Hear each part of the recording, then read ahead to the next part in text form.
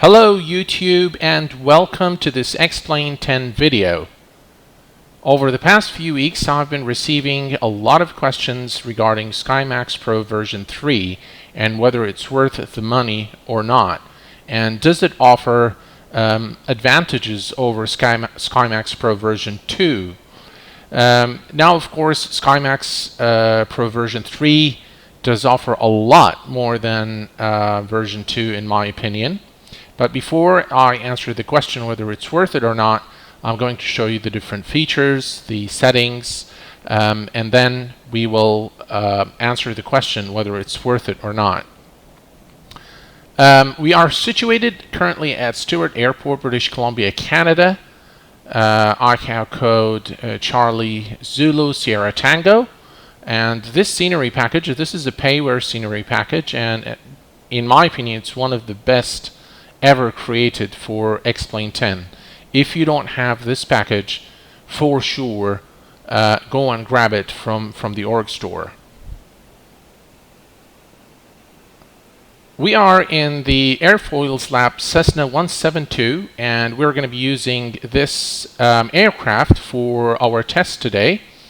And as you can see, the weather is a bit cloudy here in Stewart, but let's go ahead and take off, and then I'll probably climb and put the plane at 10,000 feet or so that I can show you the different features of SkyMaxPro version 3. So without further ado, let's go ahead. I'm going to go ahead and do the quick start here so that we don't waste time. And let me see here, let me put that on 3, let's put this down here. Okay. Let's wait for things to fire up.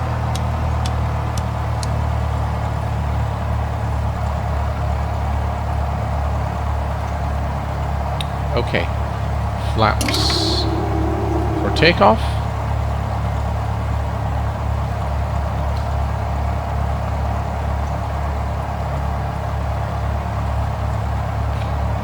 Okay, parking brake released.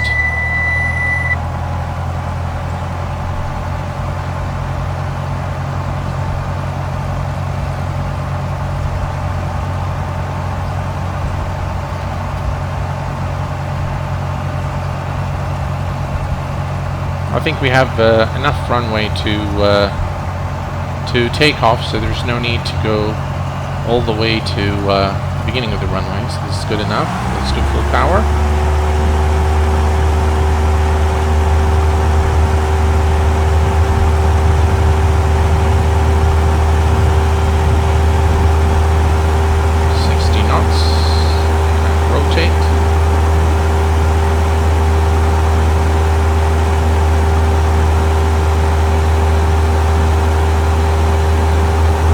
Okay, folks, we are cruising at approximately 10,000 feet now over the same area in Stewart. And the first thing that you will notice is right up here. See those broken clouds? That is something that is new in version 3. And my God, it looks awesome. It really, really looks gorgeous. Now, in a minute, what I'm going to do is I'm going to change the time so that we change the coloring of these clouds, and then we're going to climb over these clouds to show you what it looks from up there. Again, if you look at the clouds here,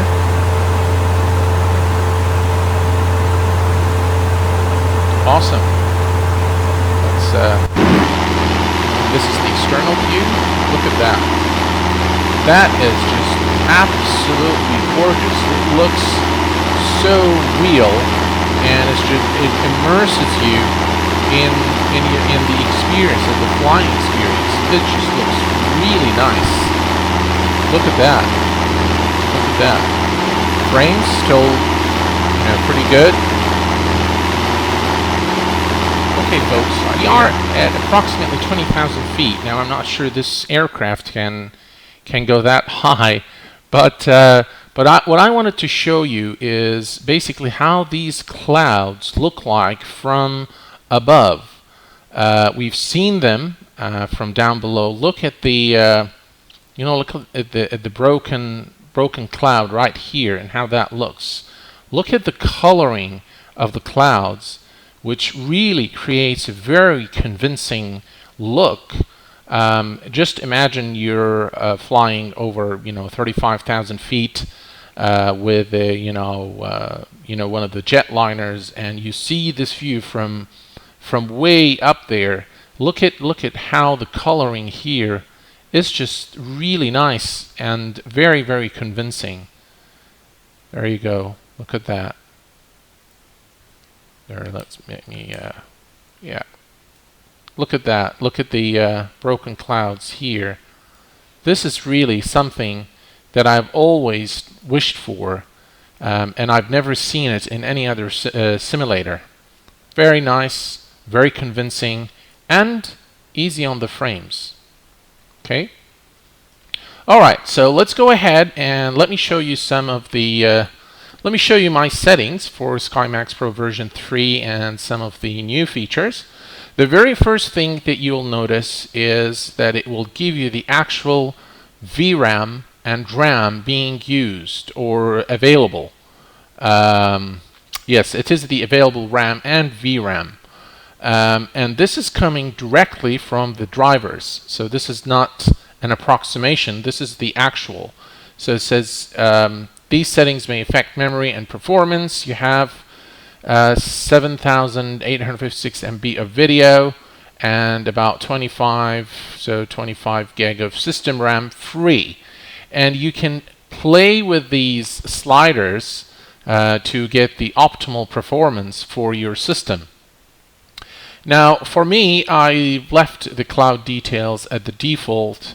The draw distance, I've left it at the default. The maximum and minimum cloud size, I've left it at the default. This is also the default. What else? I've changed the layer resolution here to high. The default is medium, and the texture version is 2. The default is 1, and I've put it on 2.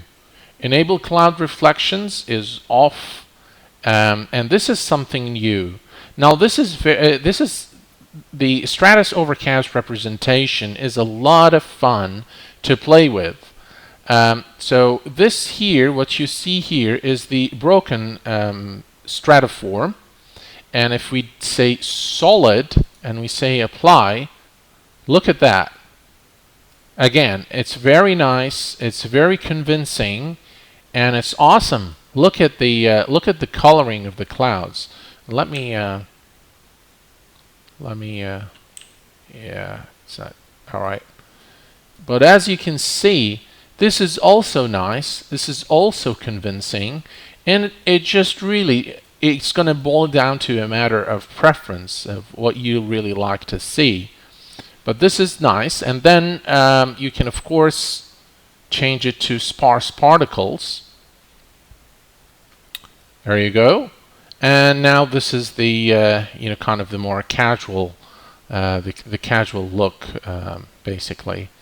And then you can say dense particles, and with dense particles you need to be a little careful. Look at what happened to the frame rate there. Yeah. So with the dense particles, you start really getting your frames really start getting taxed. But again, it's still, the performance is still very good, it's still very convincing, and it's still very, very nice. Okay, so I'm going to return this back here and say apply. As you can see, immediate change in the textures of the clouds. Performance is very good, and all looks well. Now, as far as one more thing. This one is again from version 2, but this here says Cloud Terrain Blend Softness. Okay, set to 0 may improve performance. Now, what this is when unfortunately, we don't have any mountain tips in here, so that I can show you what it is. But basically, in version 2, when you had a mountain tip appearing from within a cloud, the edges were very unrealistic. They were kind of like, polygons were drawn on the terrain. Now it all blends very nice, kind of like if you use Prepare, you've probably seen it. But now this feature really blends the clouds with the terrain, and it just really looks very nice. Unfortunately, I can't show you this here, but I'm gonna give you a tip on a website that you can use basically to look for different weather. Okay, so that's SkyMaxPro version 3, and these are my settings, just so that you have a reference. Cloud details, I've always have it on 10%, and as you can see, I actually get a lot of clouds for that percentage, which is the lowest. I think the default is 45%, but then it starts really taxing your frames. So I keep this at 10. I play with SkyMaxPro version 3, and I get the results that I'd like to see. Okay, so finally, the question of whether SkyMaxPro version 3 is worth the money. In my personal opinion, it is absolutely worth every penny. It's a remarkable add-on for X-Plane 10, and quite frankly, I think it is the best add-on so far for X-Plane 10 in 2015.